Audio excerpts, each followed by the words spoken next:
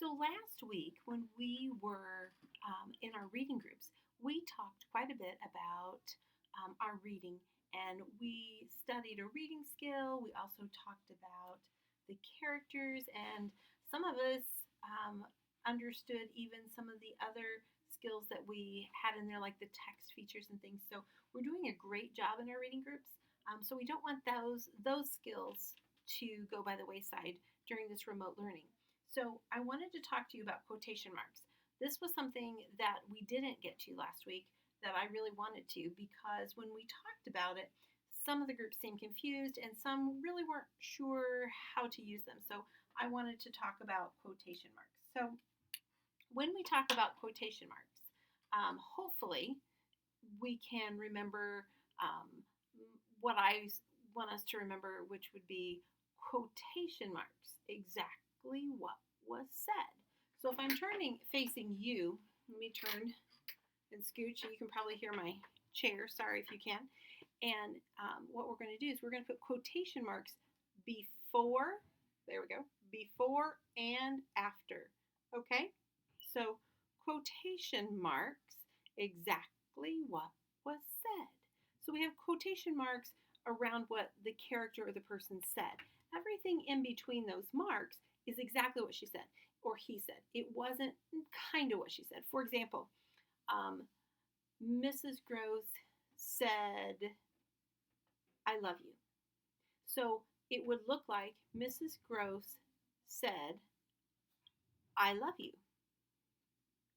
So that we have quotation marks around what I said, because exactly what I said was, I love you. I didn't say, Mrs. Gross said, I love you. That would be kind of strange. So let's go back to our, squeaky chair. So we're going to go back to our board here, and we're going to talk about quotation marks. So if we read the first one, it says, the teacher asked, do you understand? So what did the teacher say? She said, do you understand? Now, because this is where she started talking, we actually have to have a capital D there. But the quotation marks go around exactly what the teacher said. The teacher didn't ask. The teacher asked, do you understand? It's not like we go around telling ourselves or repeating who's talking. For example, mom doesn't come up to you and say, Mom said for you to go clean your room. Or Dad said to vacuum. We don't say those things. I just look at my kids and go, do the dishes. And Mr. Gross looks at him and says, vacuum, please. So we don't say who's talking because you can see it. But if we would write it in a story, or if we would write it down, then you'd have to have who said it and the quotation marks around exactly what was said.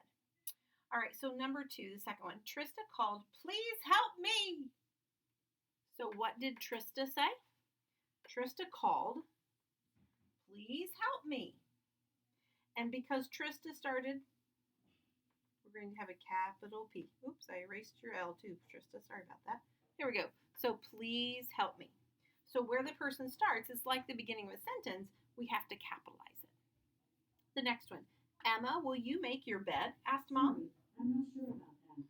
So Emma said, Mom asked, Emma, will you make your bed? The next one is, I hope, said Noah, that I can learn it. Well, no, we know you can learn it. But what did Noah say? I hope. Now, this one's a little bit different because we're talking about who said it in the middle of the sentence. So what did Noah say? I hope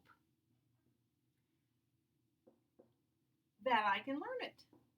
So he said, I hope that I can learn it. Noah was in the middle. So we make sure we don't have our quotation marks around that.